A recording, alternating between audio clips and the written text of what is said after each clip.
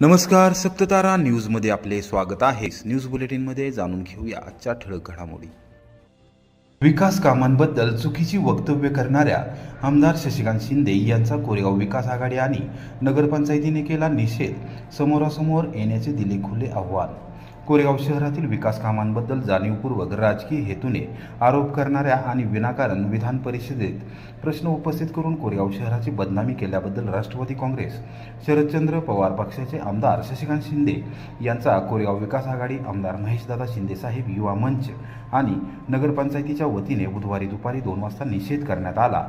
प्रमुख पदाधिकाऱ्यांनी यावेळी निषेधाच्या घोषणा दिल्या। जिल्हा नियोजन समितीचे सदस्य राहुल प्रकाश बर्गे, कोरेगाव विकास आघाडीचे अध्यक्ष प्रशांत उर्फ राजाभाऊ बर्गे, माजी नगरसेवक महेश साहेबराव बर्गे, सचिन भैया बर्गे, उपनगराध्यक्ष राहुल रघुनाथ बर्गे, नगरसेवक साईप्रसाद बर्गे, प्रीतम शहा, माजी नगरसेवक नितीन उर्फ बच्चूशेठ ओसवाल, संतोष बर्गे यांनी शासकीय विश्रामगृहाच्या आवारात आमदार शशिकांत शिंदे यांच्या मंगळवारच्या विधान परिषदेतील वक्तव्याचा निषेध केला। राहुल प्रकाश बर्गे म्हणाले, आमदार महेश शिंदे हे जनतेचे नेतृत्व असून कोरेगावकर जनतेने त्यांना प्रचंड बहुमताने विजयी केले आहे। जनतेने दिलेल्या प्रचंड पाठबळामुळे त्यांनी मोठ्या प्रमाणावर विकास कामे मतदारसंघात आणली आहेत। त्याचा पोटशूळ उठल्याने आमदार शशिकांत शिंदे विनाकारण हेतू परस्पर आरोप करत असून त्याचा आम्ही निषेध करत आहोत। महेश बर्गे यांनी जोरदार टीका करताना आमदार शशिकांत शिंदे यांच्या वक्तव्याचा समाचार घेतला। कोरेगावातील जनता सुज्ञ आहे, त्यामुळेच त्यांनी आमदार महेश शिंदे यांना विजयी केले आहे। गेले 10 वर्षातील आपल्या काळातील विकास कामे पहा आणि आत्ताची विकास कामे पहा, तुम्हाला निश्चितपणे फरक जाणून येईल। त्यामुळेच जनतेने आमदार महेश शिंदे यांना प्रचंड मताने विजयी केले आहे, असे त्यांनी निदर्शनास आणून दिले। उपनगराध्यक्ष राहुल रघुनाथ बर्गे यांनी आमदार शशिकांत शिंदे यांना विकास कामांबद्दल आमने-सामने येण्याचे खुले आव्हान दिले आहे। कोरेगावात तुमच्या म्हणण्याप्रमाणे जर चुकीची कामे सुरू आहेत तर तुम्ही समोरासमोर या, असे आव्हान देत त्यांनी नगरपंचायतीच्या माध्यमातून सुरू असलेली विकास कामे योग्य व दर्जेदार असल्याचा पुनरुच्चार केला। कोरेगाव मतदारसंघाच्या विकासाला खीळ घालणाऱ्या आमदार शशिकांत शिंदे साहेबांचा निषेध असो। आमदार शशिकांत शिंदे साहेबांचा निषेध असो। कोरेगाव मतदारसंघाच्या विकासाला खीळ घालणाऱ्या आमदार शशिकांत शिंदे साहेबांचा निषेध असो। आमदार शशिकांत शिंदे साहेबांचा निषेध असो। प्रतीक गुरव खून प्रकरणी पोलिसांनी अन्य 4 जणांना सहआरोपी करावे। अखिल गुरव समाज संघटनेची मागणी, दिला राज्यव्यापी आंदोलनाचा इशारा। लासुर्णे तालुका कोरेगाव येथील प्रतीक राजेंद्र गुरव या युवकाच्या खून प्रकरणी कोरेगाव पोलिसांनी गुन्ह्याची व्याप्ती वाढवावी। अन्य संशयित व्यक्तींचा त्यामध्ये सहभाग असून त्यांना सहआरोपी करून त्यांची चौकशी करण्यात यावी, अन्यथा अखिल गुरव समाज संघटनेच्या वतीने राज्यव्यापी आंदोलन छेडले जाईल असा इशारा देण्यात आला आहे। समाज संघटनेचे संस्थापक राष्ट्रीय अध्यक्ष ॲडव्होकेट अण्णासाहेब शिंदे, राष्ट्रीय कार्यकारी अध्यक्ष शीतल शिंदे, प्रदेशाध्यक्ष रंगनाथ गुरव आणि सुभाष शिंदे यांच्यासह गुरव कुटुंबियांनी बुधवारी सायंकाळी 5 वाजता खून प्रकरणाचे तपास अधिकारी तथा पोलीस निरीक्षक घनश्याम बल्लाळ यांची पोलीस ठाण्यात जाऊन भेट घेतली व निवेदन सादर केले। यावेळी त्यांनी गुरव समाजावर अन्याय खपवून घेतला जाणार नाही, पोलिसांनी अन्य संशयित व्यक्तींना सहआरोपी न केल्यास राज्यव्यापी आंदोलन छेडले जाईल असा इशारा ॲडव्होकेट शिंदे यांनी दिला आहे। मृत प्रतीक गुरव यांचे बंधू अजय राजेंद्र गुरव यांनी देखील स्वतंत्र निवेदन दिले असून त्यामध्ये अनेक मुद्दे उपस्थित केले आहेत। त्या मुद्द्यांच्या तपासामध्ये पोलिसांनी उपयोग करावा अशी मागणी केली आहे।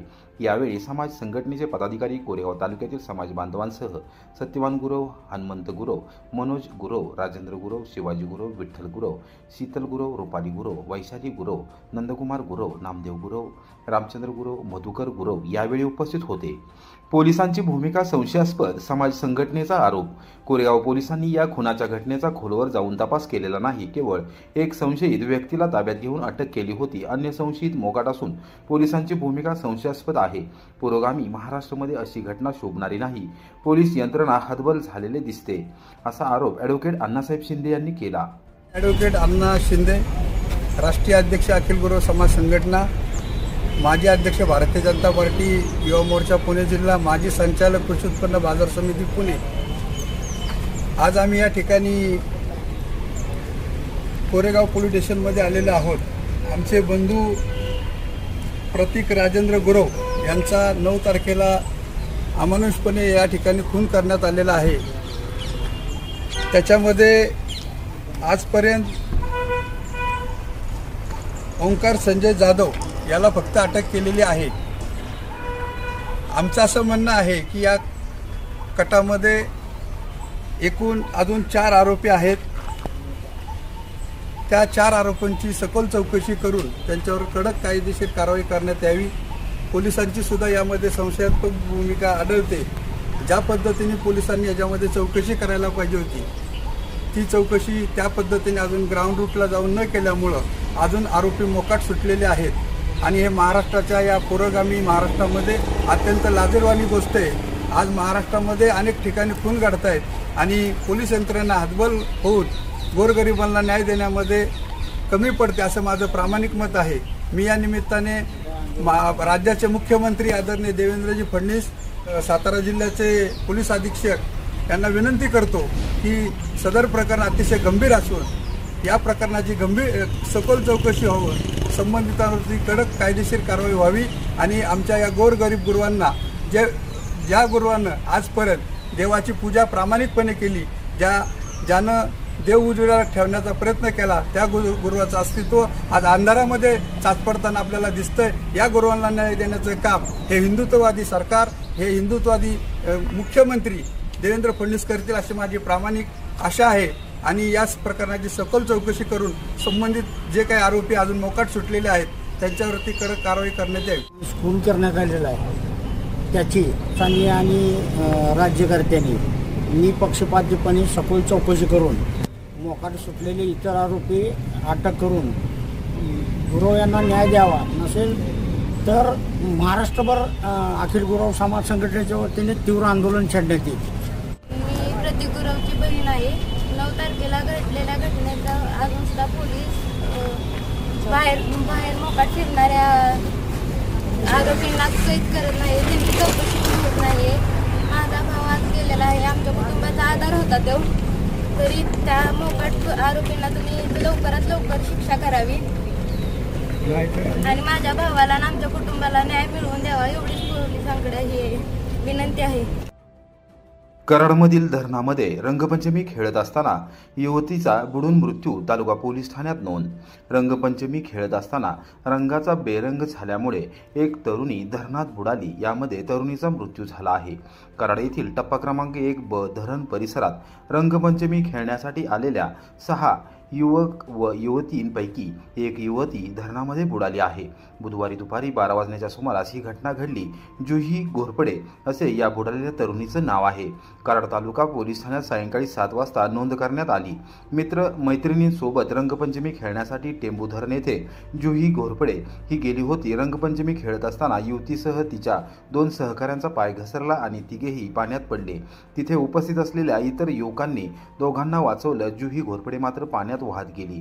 4 तासांच्या अथक प्रयत्नानंतर पोलिसांनी ग्रामस्थांच्या मदतीने बुडालेल्या जुहीचा मृतदेह शोधून काढण्यात पोलिसांना यश आलं आहे.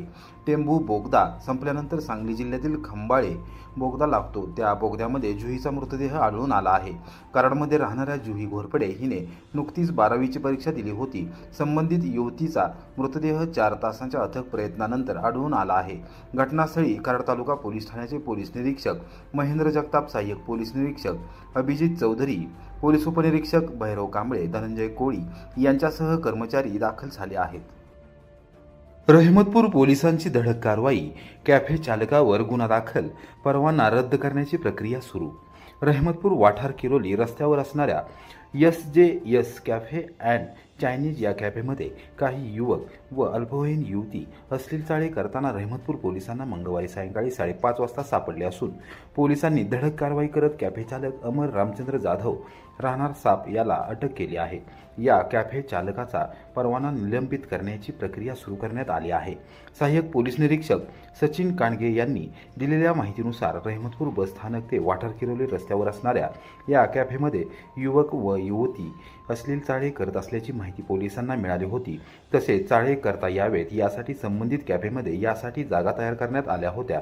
पोलीस अधीक्षक समीर शेख, अप्पर पोलीस अधीक्षक वैशाली कडूकर, उपविभागीय पोलीस अधिकारी सोनाली कदम यांच्या मार्गदर्शनाखाली सचिन कांडगे यांनी पोलीस उपनिरीक्षक BG केंद्रे, सहाय्यक फौजदार JR पवार, पोलीस नाईक SB शिंदे, SS देशमुख, महिला police constable MT Kamble, DJ Giri SS Patole यांनी अचानक छापा टाकला। यावेळी या कॅफेमध्ये अनेक युवक व युवती असलील चाळे करताना सापडले, त्यांच्यावर कारवाई करण्यात आली आहे। रहमतपूरमध्ये परिसरातील अनेक गावांमधील विद्यार्थी व विद्यार्थिनी शिक्षणासाठी येत असतात। या विद्यार्थ्यांमध्ये कॅफेची क्रेज दिसून येत असून अशा कॅफेमधून आक्षेपार्ह बाबी आढळल्यास कॅफे चालकावर सक्त कारवाई करण्यात येईल। तसेच रस्त्याने जाता येता मुलींची छेड काढल्यास रोड रोमियोंवर सुद्धा सक्त कारवाई करण्यात येणार आहे, अशी माहिती सचिन कांडगे यांनी दिली।